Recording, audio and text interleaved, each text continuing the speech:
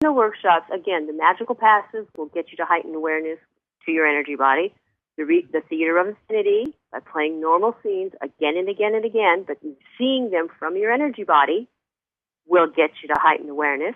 Then we'll probably have some dreaming practices. Then when we get in a state of heightened awareness, I think in New York, we're going to go out and just view the city. We're going to see this city that we look at every day with normal eyes. We're going to go out, and probably it's going to look very different. We're going to take a walking tour, okay? And then, this workshop is really focused on what you want to dream for yourself in your life. And so we're going to take you, because a lot of us, we have a dream that's buried way down deep inside of us. We don't dare bring it out. We don't know how to do it.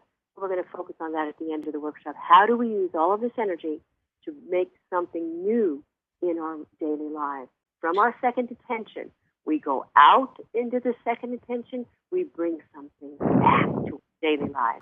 By activating the second attention with intention, we could create something we want to happen in this first attention. That's correct. And you do that through a magical pass or through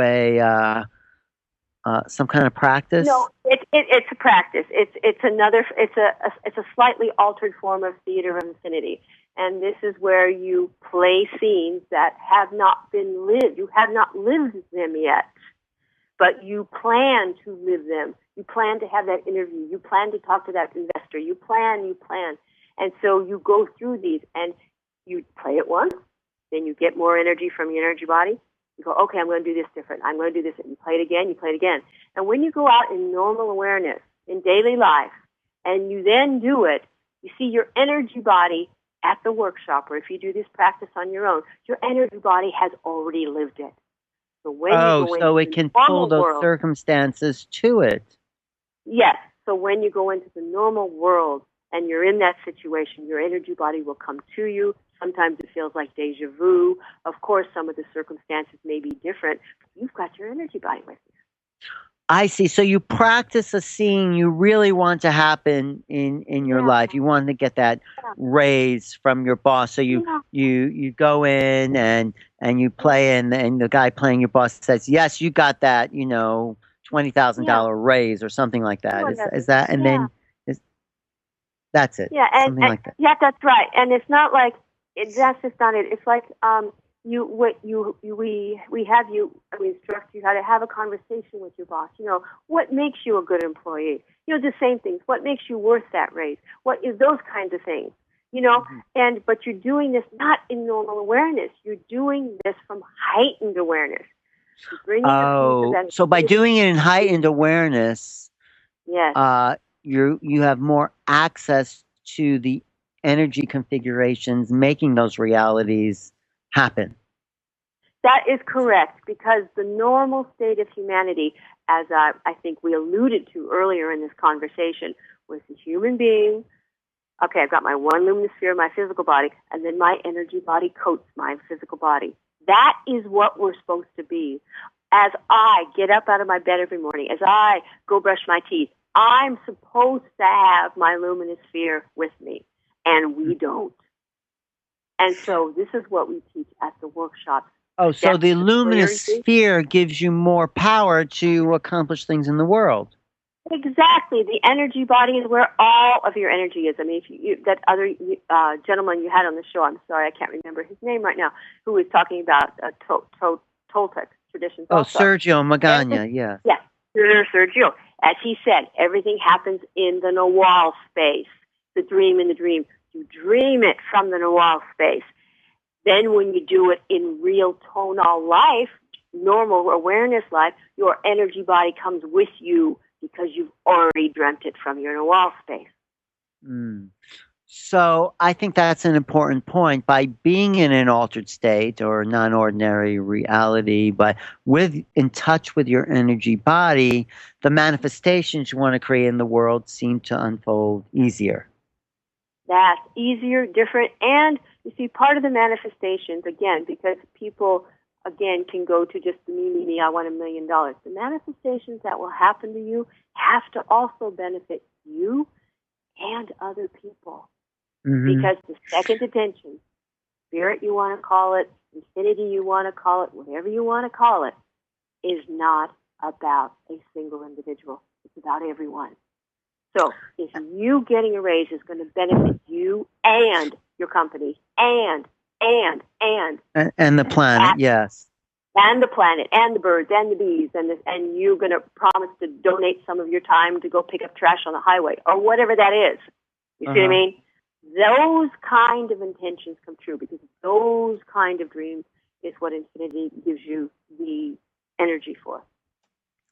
That's what your energy body is for. Well, it's the dreams of infinity. Right. This is what, Sergio says we're coming into the time where we'll be living the Nahual.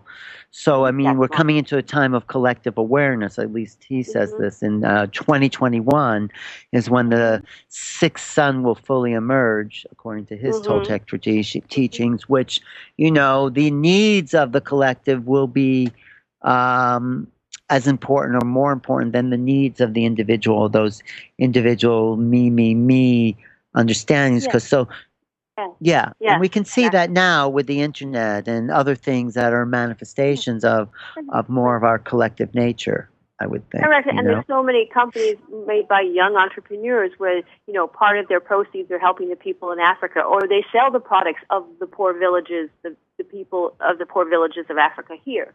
You know what I mean? So that is really a dream that is helping them and helping these other people. You see what I mean? It's those kind of dreams. Yes. So and even if I want to have a child, that, I want my child to be a doctor. I want my child to be et cetera, that can be an amazing spirit dream. You see what I'm saying? Yeah, no, absolutely. I can make a garden, a vegetable garden that will feed, I think this is what the enlightened entrepreneurship is all about. That seems to be coming together now. It's like I don't think we have a choice. So it does feel as if the Nahual awareness is kind of overtaking this idea of this just for me, the greed, the corporate greed, the polluting the earth. I mean, not to get into that whole thing, but I think there's more of a collective something happening. Yeah, I agree. And we're seeing everything crash. I mean, the greed and many things crashing, and how certain individuals want to hold on to it so tightly and won't let go, So, I mean, it's a great scene. Wasn't that a great scene in Avatar where they actually said, it wasn't just one little nation of people against the nation of robots.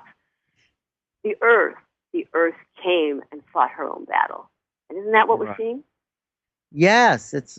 There's another scene in Horton Hears a Who. It's like that. Yes, exactly. You see? Yeah. No, it's this kind of theme. So this, you're calling it the workshop a call to awakening action. Is that what you're talking about? Then how to make things happen in your life? Is that the action you're talking about? That's correct. So, exactly. Well, you're not going to be here though, are you? No, my protege, Mورز, is going to be there. Yeah, she's going to be there. My colleague. Yeah. Your colleague, Naeem. And and I think you're interviewing her when she gets there. I am going to do a television interview. If you were here, I would do a television interview with you too. Of course. But maybe I'll be in. You're based out of LA mostly, right? Yes, exactly. But we do travel a lot. We give international seminars. So, I mean, if you're in LA, come and see us. Well, I'd love to go to Mexico with Carol on the next trip. When is that happening? Well, Mexico happens the first week of May. Every first week of May. I'm sorry, Carol. Carol Tiggs doesn't accompany you on the trip. And this trip, we will be going to Oaxaca, which is not the church in Tula, so it's different. But we will make our way back to Tula again in a couple of years. I mean, right now, we're going to Oaxaca for a while. We went to Tula for about 3 or 4 years. Then we're going to Oaxaca for 2 years. Then we're going to Why Oaxaca are you going to? Excuse me? Well, remember all the books in the Zapotec teachings. You remember all that? Anyway, yes, I do remember. No, I do remember Don Juan sitting on a bench in Oaxaca talking about some of that. Right. And seeing the people and knowing the course of their lives, et cetera, right? Do you go to that bench where Don Juan sat? I'm sorry, it's long disintegrated by now, but we do go to the area. And you can sit anywhere in Oaxaca, because if you've got the energy, You can do it in New York City. But what about that house in Mexico that, Tasha spent a lot of time in, Florinda and Carlos and probably Carol, that the Sears owned, Yeah, I don't know. I mean, I personally don't know. I can only imagine that when they left, that they liquidated it, I know that the house that Carlos lived in when he was alive in Los Angeles, he, tailored his house to, mirror that house down there. So the room. And what happened with that house? Where is that? Oh, that house is still there, but it's sold. It was sold to another people. They took it over. Exactly.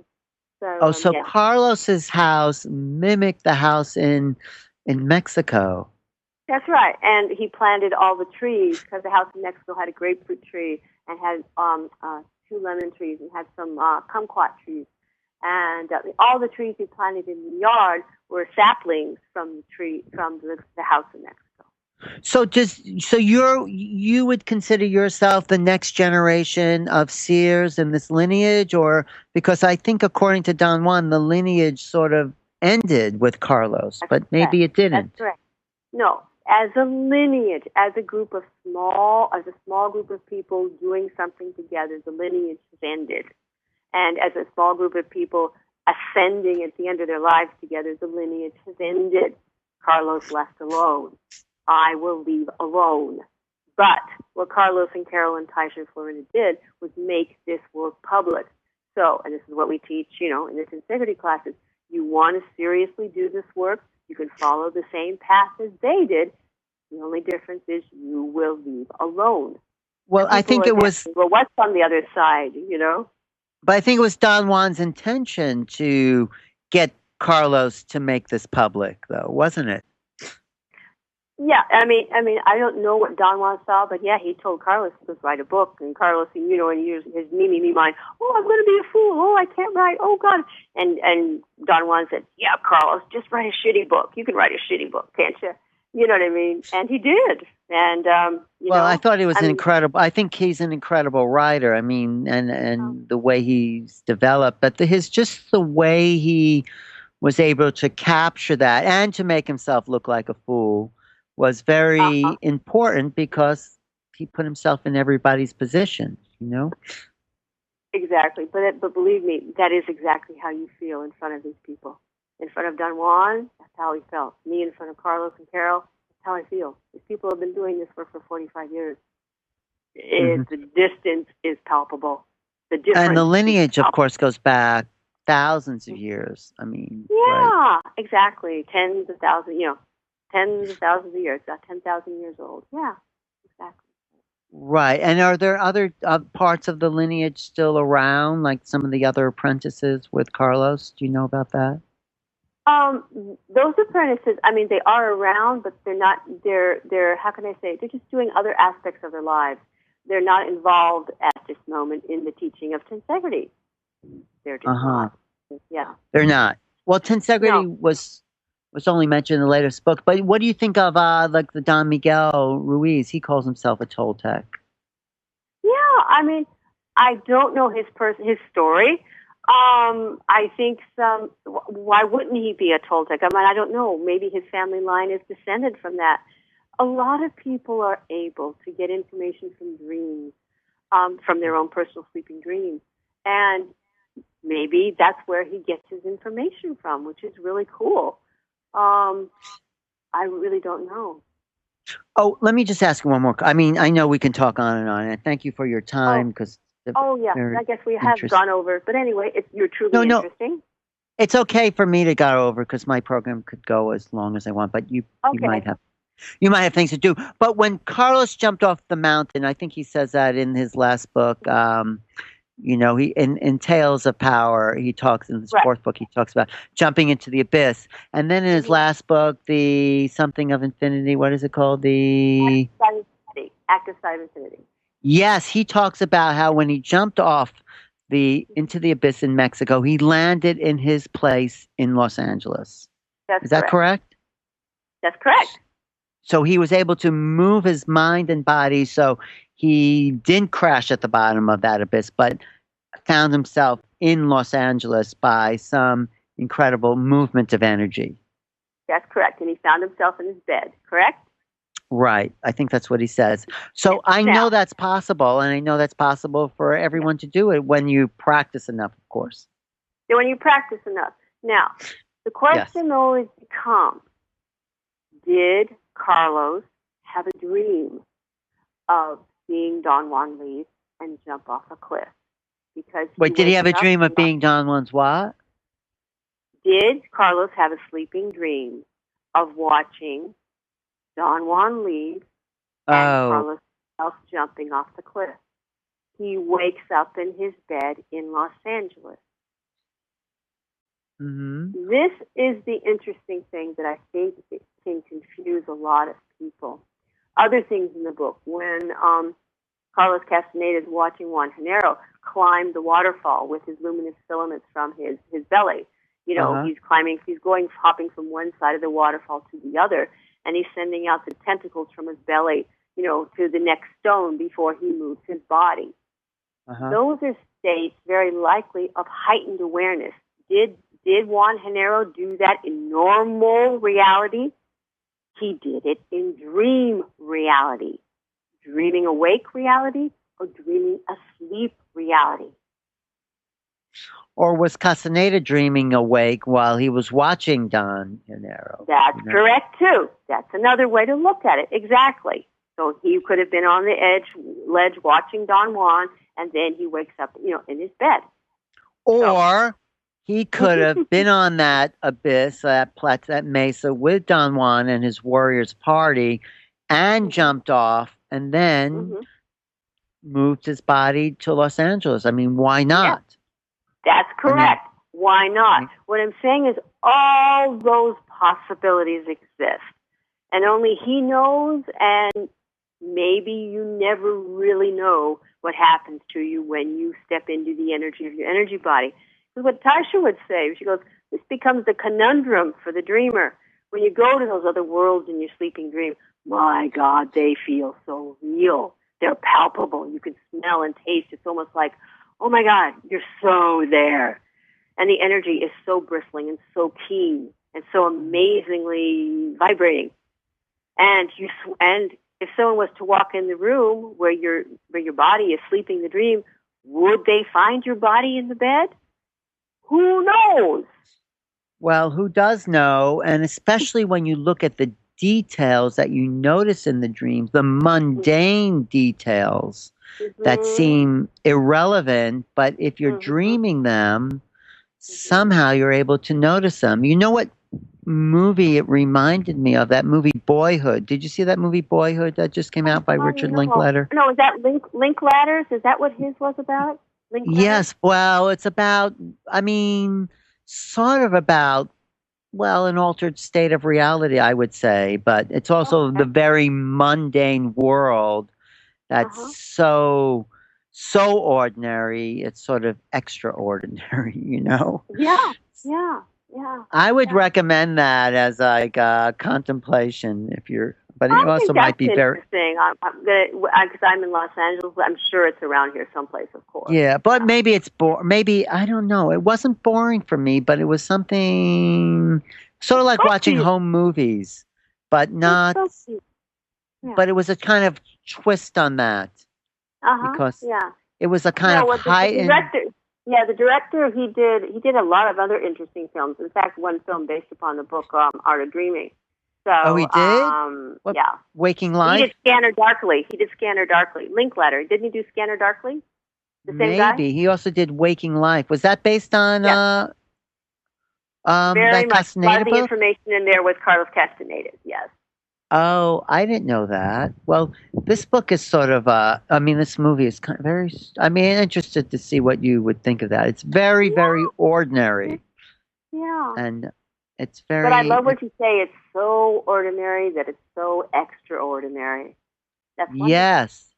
And that's the thing about some of these dream states that I notice. They seem, but you know you're in the dream state, but you're looking at these ordinary details, and I would say to myself, why am I dreaming about these ordinary details, except like the fact that, oh, you're looking down at your floor and you see the cracks in your floor or the paint on the ceiling, but they exist in these other dream states too. I mean, I'm only saying that they do assemble themselves as realities that are concrete. I guess that's why I'm mentioning that. Yeah, I would say so. And I would say, like I described before, in some of the first level of dreaming that you do, most of the places that you visit are the things that how you said, you assemble reality. Your assembly point shifts to the point where you assemble a new reality, is places that remind you of the normal world. So yes, it will have wood boards in the floor, and it will have light sockets and doorknobs and all this kind of stuff. When you get out as you do more recapitulation, then you get into these other states where you're still looking at the floor, but believe me, it is not floorboards anymore. You know what I mean? Right. So, but you are exactly right. You're exactly right. Mm-hmm. Well, no, that's the other thing I learned from the art of dreaming was that if you really are in a lucid dream state, if you look at something, it'll start to change. And if you notice it changing, then you know you're dreaming. Then you know you're being and dreaming. Because do you find that to happen to you?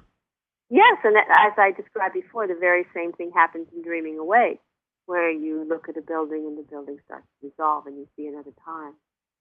Uh-huh. Yeah. And that's a cue for you that you're actually in your dream state. For myself, I think everyone's cue is rather individualistic. Personally, my cue is that my body or the being who I call me in the moment, or whoever, the being who's doing the dreaming, feels very different than just me in the flesh. And your state of mind feels very different, you're saying. Yeah, it's rather a sensation, and and it's like I'm able to perceive 360 degrees all around me, whereas in normal awareness, I'm lucky if I'm by camera and I've got some peripheral vision going on, you know what I mean?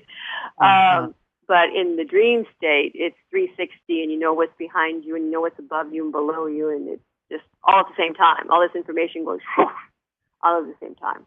But that's personal to myself. Right. I'm just curious, how many apprentices are there with, this work? Well, I mean, through the years, when I came in again in 1988, maybe there were 10 or 15. People came, people left, people came. You know, when Carlos was alive, they came and went, you know? Yeah. They sampled it. It wasn't for them. They left, etc. And but I think like yourself, you had a conversation with Taisha. It seems like you had a conversation with Carol Tiggs. Yes, and Florinda I had a conversation with. Yeah, your lives are forever touched in some way. Forever. You remember it. Why didn't you forget it? Why didn't you forget it like you drank milk this morning? No, you remembered it. You know? Well, because there was an energetic awareness with these women that I felt. And their energy touched your energy body and helped your assemblage point to move to wherever their assemblage point was. That is what happened. So, was that just a temporary thing, or is that a permanent thing, you're saying? So that's a temporary thing. In their presence, that will happen to you. And then you at least have an awareness that is happening. The person it's like trains you, in a sense. The person who's having it happen to them for the first time probably doesn't have a clue. It just goes, I feel mighty weird, and perception is altered. And then when you leave the room and you're out of their sphere, then you're back to normal again. Does that still happen with Carol sometimes when you hang out? Yes, with Carol sometimes, yeah. As the apprentice gets more energy themselves, then the change would be less and less. Do you see what I'm saying? Yeah, because it becomes more your normal state.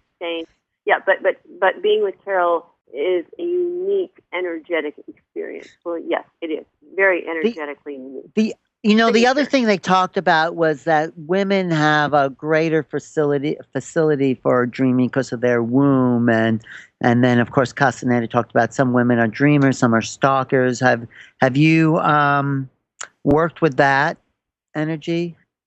Yeah, well, what Carlos, I mean, that was very, very traditional. And Carlos, as each Nawal, they kind of, I'm not going to say, they enhanced the line in different ways. Of and what course, Carlos of course. did, and what Carlos enhanced it is he made all the women and all the men become both dreamers and stalkers. So if you came in as a dreamer, good golly gosh, you better learn how to go out and stalk yourself. If you came in as a stalker, good golly gosh, you better learn how to dream.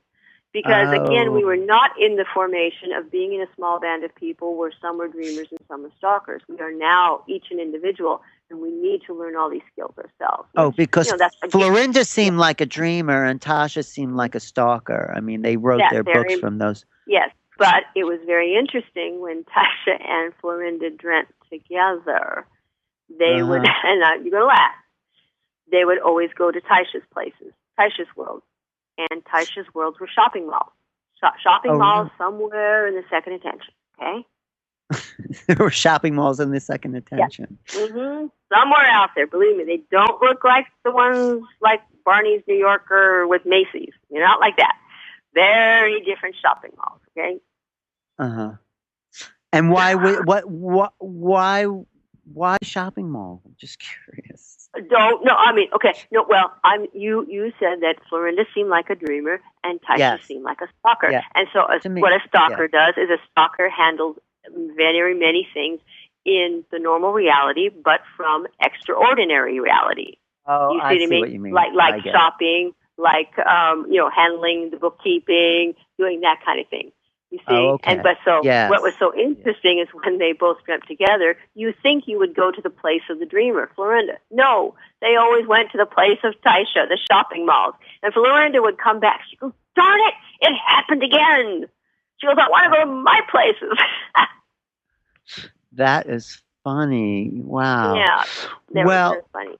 I'm sure you have lots of great stories to tell. Mm-hmm. Maybe we'll meet some point. That sounds fun. Okay. Yes. And I'm so appreciative of your time. Thank you so much for your time. No, thank you for your time. I mean, because for me, this is just talking about what I love, Mm-hmm. Mm-hmm. So wonderful. It's instead of having to read a book, I can just talk to you about all the stories that you've heard over the years and been a part of, and many, many people out there still trust this material as authentic because the practices are real and they have an effect on anyone who does these. So I believe in them. True. Yeah, that is true. That is true. And the magical passes is what you'll be teaching or be taught at this upcoming tensegrity workshop. And tensegrity means dynamic tension, right? It was a Buckminster Fuller word. It's totally a Buckminster Fuller word, and he was more of like an architect. But what he saw was the interconnectivity between physical structures, whether they were trees, whether they were buildings, whether they were geodesic domes. And this explains the same thing, that we are interconnected within ourselves. If I stub my toe, that vibration ripples all the way up my body to my left ear or whatever. You know what I mean? Everything is connected. And me as a living being, I'm connected with you all the time, not just when I'm talking, but all of the time. I'm connected to the trees 7,000 miles away, all of the time. So yes, Buckminster Fuller the fact is that a form of interconnectivity. Yes. No, I get that. And the fact that you're going to be doing the Theater of Infinity workshop means that you can create a new future or shift the assemblage point to a place you want it to be. Exactly. Well, I think it sounds like a great workshop. I mean, it's September 27th and 28th. And people can register by going to cleargreen.com? Exactly. That's that simple. Yeah. Or castaneda.com. We've got them both.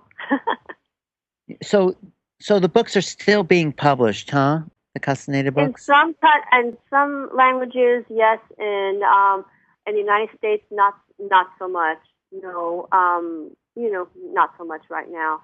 No, but they're still very popular in Russia and Mexico and some of the other countries. They're still being published and printed. Is Carol writing a book? She said she was going to write a book or did write a book. I know. I want her to write a book. I'm not sure. I know that she's not currently, but that doesn't mean that, Naeem and myself, we could ask her if we could share some of her stories, and we would write down her stories. That's another way of doing it too. Well, she said she had a book back then in 1993. Yeah, and they wrote a lot. Not everything got published. They didn't want to have it published, but they wrote a lot. Yeah. Carol wrote a lot, you're saying? Yeah. Well, no, and Taisha, obviously Taisha, all four of them wrote a lot. Yeah, and some of it hasn't been published. Is that what you mean? Yes, that's right. And that was their choice, and so we have to honor that. Yeah. But it would be great to find some of those old, because definitely the art of dreaming seems like... Get a story or two, It was definitely chopped up, the art of dreaming. You could see there was a whole chunk missing from that book that was taken out. Anyway, incredible material. Really life-changing for anyone who's ever picked up a Castaneda's book. It was a totally different perspective on reality. And, there's a lot of people who say, oh, this stuff never happened. I don't know how they could say that, because all you have to do is read this and you can feel the shift of awareness happening. Exactly. All you have to do is do the magical passes and recapitulation. You will feel the shift. Exactly. Yeah. So it's like Carlos says, oh gosh, don't trust my word for it. Do it yourself. See what happens. Well, that is what's so powerful about even the written material. I think Carol said, don't listen to us. Read the books. Follow what's in the books, Yeah, exactly.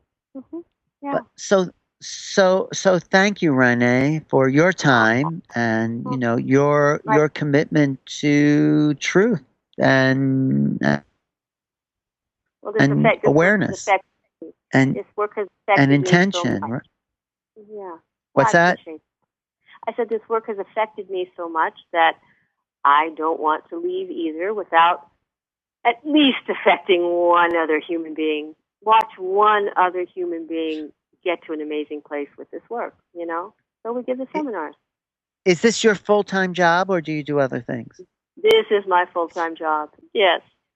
This is your full-time. So do you travel around the world doing tensegrity workshops? Yeah, I just came back from St. Petersburg and gave workshops there. And, I see a lot of people individually, one-on-one, that kind of thing also. So, a lot of people, want a little extra personal help, either with their tensegrity practice or with things that are going on in their lives, and they want, someone who can read energy to kind of help them through some steps and, stuff like that. So you went to St. Petersburg, Russia or Florida? Yeah, St. Petersburg, Russia, the jewel of Russia, yes. It is an incredible town, isn't it? Oh, my gosh.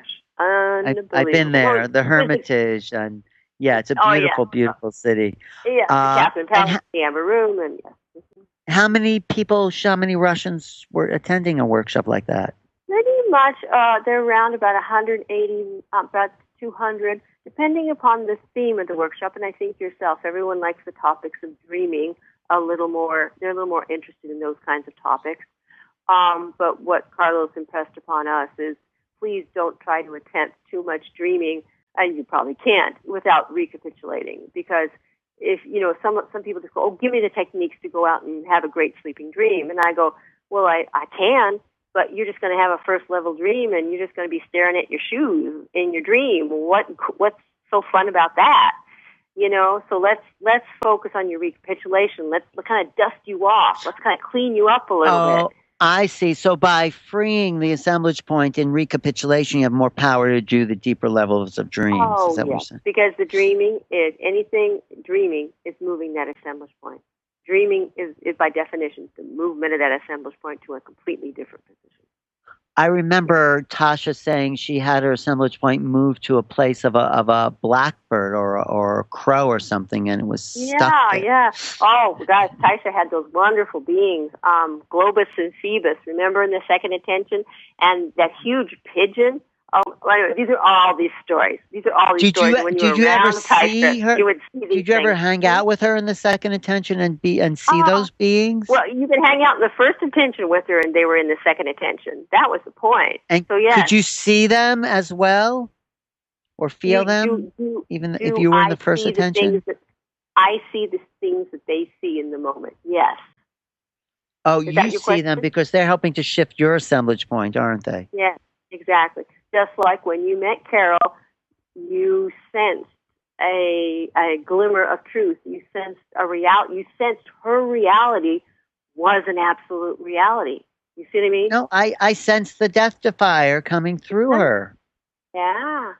No, totally. That's her reality. That's right. Yeah.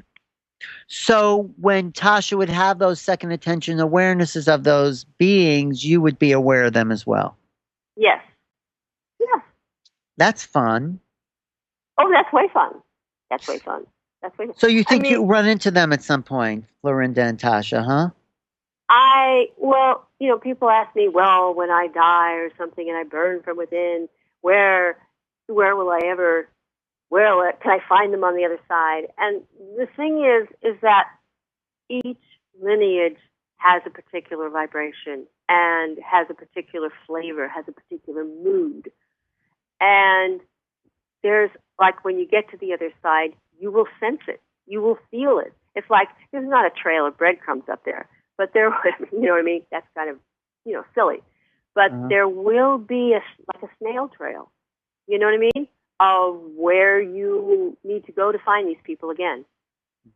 Do you also sense Don Juan and his party ever? Do you ever tune into that? For some reason, not so much. I'm very, very aware of Carlos, obviously, on the other side. And, tangentially aware of Taisha and Florinda, but mostly Carlos. And, probably because he was my direct teacher. And then our apprentices, the people who are into integrity now are very aware of myself and Nai in their dream space. I see. It seems to be how the tradition works. What happened to Kylie? I met her when back. Yeah, I did meet Kylie. Yeah. When Carlos left, she went traveling with Taisha and Florinda. Oh, so she could be anywhere then. She could be anywhere. She was pretty fierce, wasn't she? She was intense. Yeah, she had an intensity. I didn't get to know her that well. And what did you think of that awful book that Amy Irving, was it? Not Amy Irving. Amy Wallace. Amy Wallace. Yeah, wrote, Amy Wallace. Yes, that was yeah. Well, it's like Carlos Castaneda knew her father. He knew Irving Wallace, and therefore he knew his, Irving Wallace's daughter, Amy. And Carlos really wanted to teach Amy, these practices to help her, And I think, you can go read the book. People can go read the book themselves. But she was one of those people, unfortunately, that we talked about earlier in this conversation, that some people who do some drugs, they find it really hard to move their assemblage point with this work because their assemblage point is so used to being moved with the drug. Yeah. Unfortunately, that was kind of her case. So she would come, and Carlos would invite her everywhere. She would come to our movement practices. She would come to dinners with us. She would come on outings with us. And in his presence, it was questionable what she experienced and what she felt. Because when we all got home to our own private residences and we were not in Carlos's presence anymore, or Taisha's or Carlos or Florinda's, she would call me up on the phone, and she would have this totally normal perception of what had just transpired for the last 3 hours. Whereas for myself, I had this totally other perception of what transpired for the last 3 hours. So, that book is her truth, and it stands as her truth. It's her truth, full of her self-importance. You could definitely see her ego defense coming in. And I thought, well, this woman really missed the whole point of the teachings in writing this book. There's a lot of gossip, all that, but where is the truth of the teachings? And I think she totally missed that. Yeah. She it's so interesting because in the book, like, she'll talk about the jewelry, or she'll talk about these very real incidences. She'll talk about conversations. But her truths of those conversations, what she got out of those conversations in the book, are not the same truths that Carlos Castaneda gets from talking to Don Juan. Why wouldn't it be? Why wouldn't it be? You see? Right. No, I get that. And I get that she missed the whole idea of what the energy body was all about, because maybe it was, I don't know what her life was like or is like. But, Carol did say that if you do even smoke too much marijuana, it flattens the fibers at your, midsection, that you can't move your assemblage point. Yeah. And so it's very interesting that his first book came out in what you might call the 1960s, which we might call the American drug culture. Okay. Mm-hmm. And, there was a whole peyote thing. Yes, he really put that on the map. People loved his book because it was the first book from college, from a university press that talked about drugs. Oh my God, revelation, Then 3 books later, when he writes the book Journey of Ixtlan, his preface is, wow, I finally realized I can shift my awareness without the drugs. It has nothing to do with the drugs. Oh my God, it just has to do with doing these practices. Oh my God, revelation. That's why I tell people to start with Journey to Ixtlan, because I agree. That's where he really gets to the heart of the matter there. Yeah, agreed. Very wise for you to say that. Very wise. No, that's where it started for me, because I wasn't interested in the peyote drug culture and all that. And of course, Don Juan says later that was just to shock you out of the ordinary state of awareness that you were so brainwashed into thinking was the only reality. So that's right. And you see, those measures or the drugs were never used on Taisha, Carol, or Florinda. It just wasn't necessary. As Carol describes it, she went to visit Don Juan, she'd sit down next to him, and immediately she'd be in another dream state. It was just like that simple. But when you read Carlos's accounts, he's sitting next to Don Juan, and he's in his UCLA professorial questions. Well, tell me, Don Juan, I'm here to collect peyote. You know what I mean? Plants. Yeah. I want to classify these plants, sir. Tell me, It's like, oh my gosh, what a difference. Yeah, but then he got through that. I mean, he was quite dense.